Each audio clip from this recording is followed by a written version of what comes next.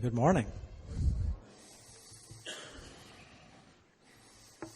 I'd like to say hi to our visitors. We consider our visitors our friends. Happy to have you visiting with us today and every Lord's Day. We appreciate you. We hope that you have a wonderful worship hour this morning with us. I think Daniel went to the football game yesterday. Is that, you went up there? You did? Okay. All right. His time to gloat is tonight, but and he will take advantage of it, I feel quite sure. I'm reminded of Daniel in the lion's den. It's Daniel in the hog's den. But the outcome is pretty good, right? For Daniel? Yeah? All right. Oh, me. All right. I'll leave it at that. I don't usually indulge in sports commentary, so that's my quota for a lifetime. Right there. Okay. I'm going to ask you to open your New Testaments and to keep a finger or a marker on Mark 14 and another one in 1 Peter. Mark 14 and 1 Peter. 2 Peter, which is my text, chapter 2, verses 20 to 22, is a passage that warns of falling away, backsliding, if you will, as a Christian, the danger, the ever-present danger of leaving the Lord.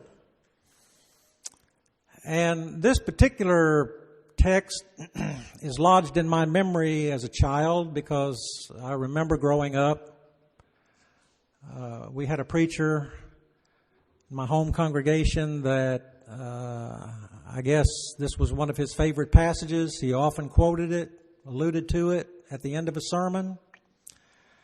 And I remember sitting there as a little guy just listening to the pigs wallowing in the mire and the vomit and all of that, just listening to that over and over every Sunday, it seemed like. So that verse stuck in my mind through the years, and it remains with me today. But it is a vital warning of what can happen. And the description that Peter uses here is less than pleasant, but it's a picture of reality, spiritually speaking, as to how things are. And it's written by one who has been there and done that. And what I will endeavor to follow and do with you this morning is to show that Peter was there in Mark 14.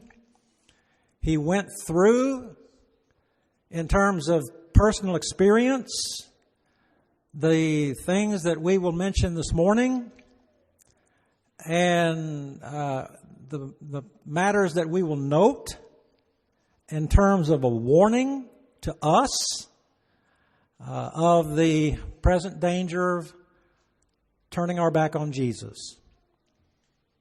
And there are points that Peter encountered in Mark 14 that will translate over into 1 Peter. And just a casual reading will alert you to the fact that here's Peter thinking back, inspired of the Holy Spirit, obviously, I understand that, but still thinking back probably 3 decades earlier at a time when he himself went through the very things that he mentions in 1 Peter and leaves us as a warning watch our steps, to watch our lives, to be very careful of our spiritual lives and not fall away from the Lord. So here are lessons from a backslider, Peter himself, okay? And I'd like for us to follow the progression this morning. It's fairly simple, and you'll see it on the PowerPoint. If you'd like to note the passages, please do so. But we'll be flipping back and forth this morning, basically. One of the major elements that Peter encountered, and he himself was obviously guilty of it, is pride. Peter was full of it. And in Mark 14, in verses 27 through 31, Jesus gave a warning, and then Peter responded to it with all of the self-confidence that a person could possibly have.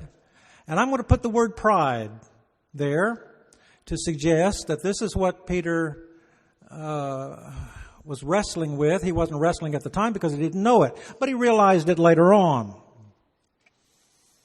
So beginning in verse 27, Jesus said, "All of you will be made to stumble because of me this night.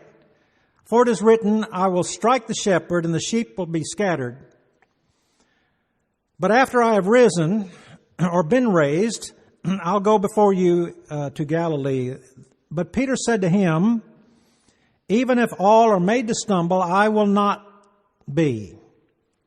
Jesus said to him, "Assuredly, I say to you that today, even this night, you will deny me 3 times. But he spoke more vehemently, "If I have to die with you, I will not deny you." And they all said likewise. So it wasn't just Peter, was it? But he was the one who spoke up. And he was the one who assured Jesus, regardless of what anybody else might do, I will not be in the number. Let's call that pride.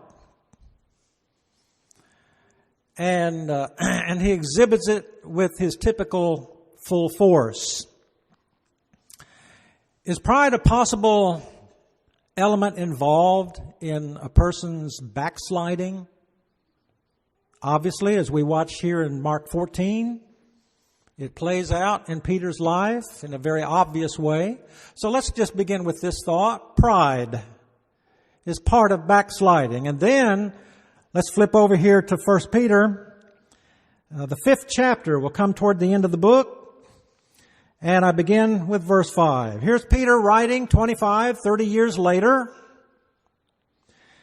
Keep in mind that he's had lots of time to think about these things. "Likewise, you younger people, submit yourself to your elders. Yes, all of you, be submissive to one another and be clothed with humility, for God resists the proud but gives grace to the humble. Therefore, humble yourselves under the mighty hand of God, that he may exalt you in due time, casting all your care upon him, for he cares for you." Pride. Number 1, because pride will degenerate into other characteristics that will account for a person's leaving the Lord. So Jesus had to deal with Peter's pride at this point, and it will degenerate through the rest of Mark chapter 14. The next point that we'll notice here concerning Peter himself and the others is lack of concern. Is it possible for pride to degenerate into a lack of concern? Well, let's watch what happens to Peter here. We go back to Mark 14, and I begin with verse 32, and we'll follow the thought for the next 10, 11 verses. "Then he took Peter, James, and John with him." Keep in mind, Jesus was going to pray to Gethsemane, place to pray. He took these 3 with him. He began to be troubled, deeply distressed. And he said to them, my soul is exceedingly sorrowful, even to death. Stay here and watch. That's all he asks. Just sit here and watch. Simple enough, but yet he's denied even that. He went a little farther. He fell on the ground, prayed that if it were possible, that hour might pass from him. He said, Abba, Father, all things are possible for you.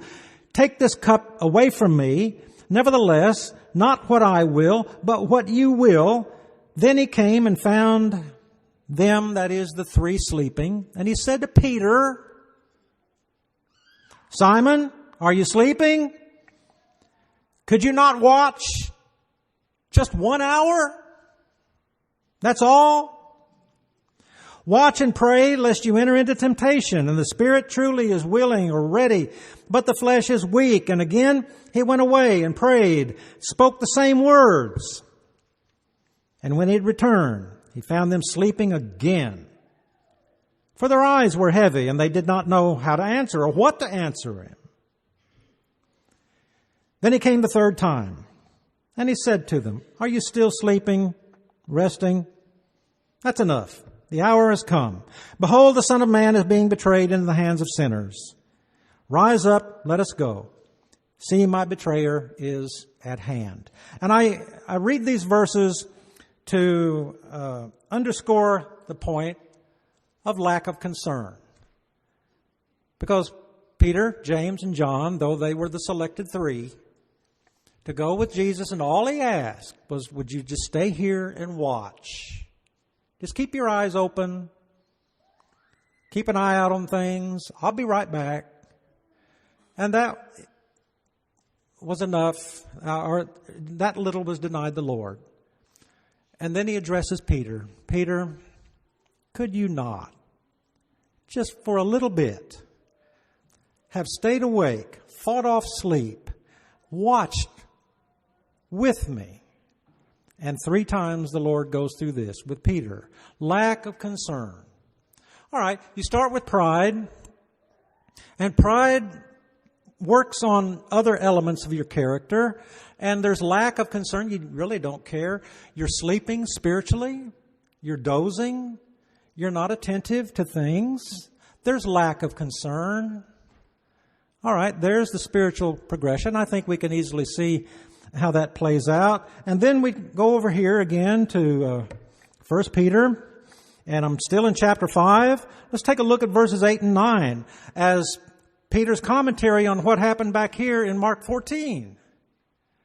1 Peter 5, 8 and 9. Be sober. That means stay awake. Be vigilant, because your adversary, the devil, walks about like a roaring lion, seeking whom he may devour. Resist him, steadfast in the faith, knowing that the same sufferings are experienced by your brotherhood in the world. Be sober. Be in tune to what's going on. That's the idea of the word. Peter was not in tune to what was going on around him. The same is said for James and John, but Peter is the one that Jesus addressed. Be sober. There's the lesson. Don't let lack of concern take hold of you. The day will come, perhaps, when you wake up and realize, I'm just not as interested in things as I once was. And that's the lack of concern that's working in your heart. Let's go back to Mark 14. And let me fix my little tab here. All right, go back to Mark 14. And the next thing we'll notice regarding Peter in Mark 15 or 14, I'm going to jump ahead to verse 54, is cowardice on Peter's part. Because in Mark 14, we're in the arrest stage of Jesus being taken into custody by the religious leaders and so forth. And he's being led away to the high priest in verse 53.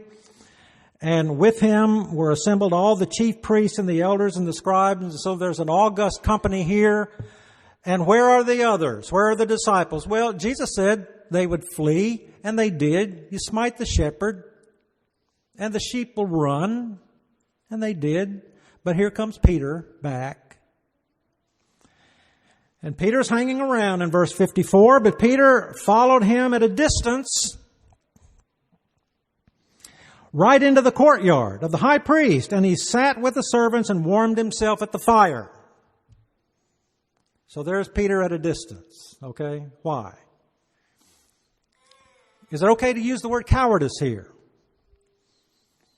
He's afraid. He's a coward. And he's undercover, as it were, and would rather not be seen nor known. But he's there, and he's following at a distance. Let's say that he's a coward, okay? So pride, which is a very strong emotion, causes a person to become or really unconcerned, and then you're afraid.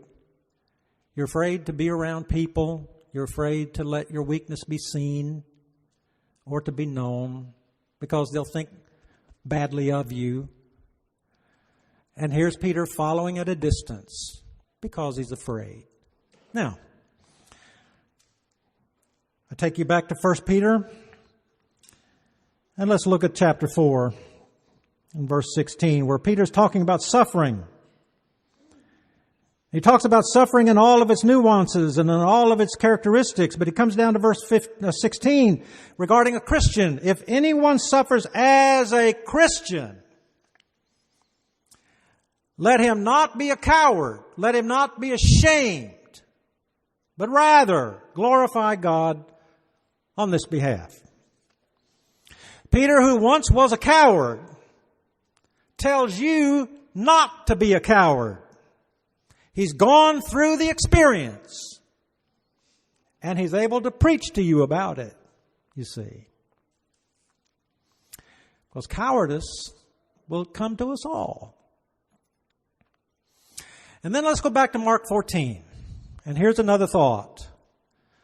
And again, Peter's the one who's walked through all of this, and he's done it all. And his cowardice brings out the worst in him to where he just openly and verbally denies the Lord. Up to this time, he's been suspect, and now he screams it out in Mark 14, beginning in verse 66, and following it on down through the end of the chapter. Now, as Peter was below in the courtyard, one of the servant girls of the high priest came. And when she saw Peter warming himself, she looked at him and said, "You also were with Jesus of Nazareth." But he denied it, saying, "I neither know nor understand what you're talking about, what you're saying." And he went out on the porch, and the rooster crowed, and I bet you Peter remembered at that moment exactly what Jesus told him. You don't forget a thing like that. The servant girl saw him again and began to say to those who stood by, "This is one of them." But he denied it again.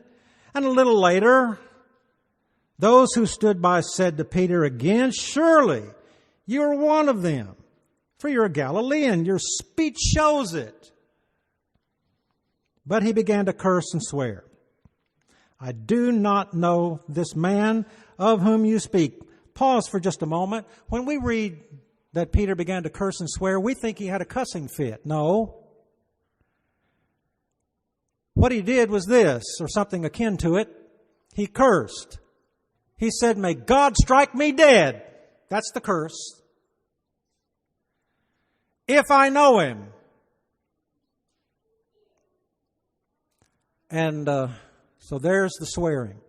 "May God strike me dead. I assure you, I do not know him.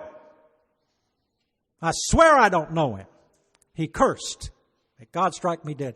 He swore, "I don't know him." All right? He got real strong about it. That's the point. Continue.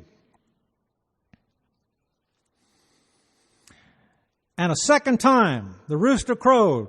Peter called to mind the word that Jesus had said to him, behold, the rooster crows twice, or before you will deny me 3 times. And when he thought about it, he wept.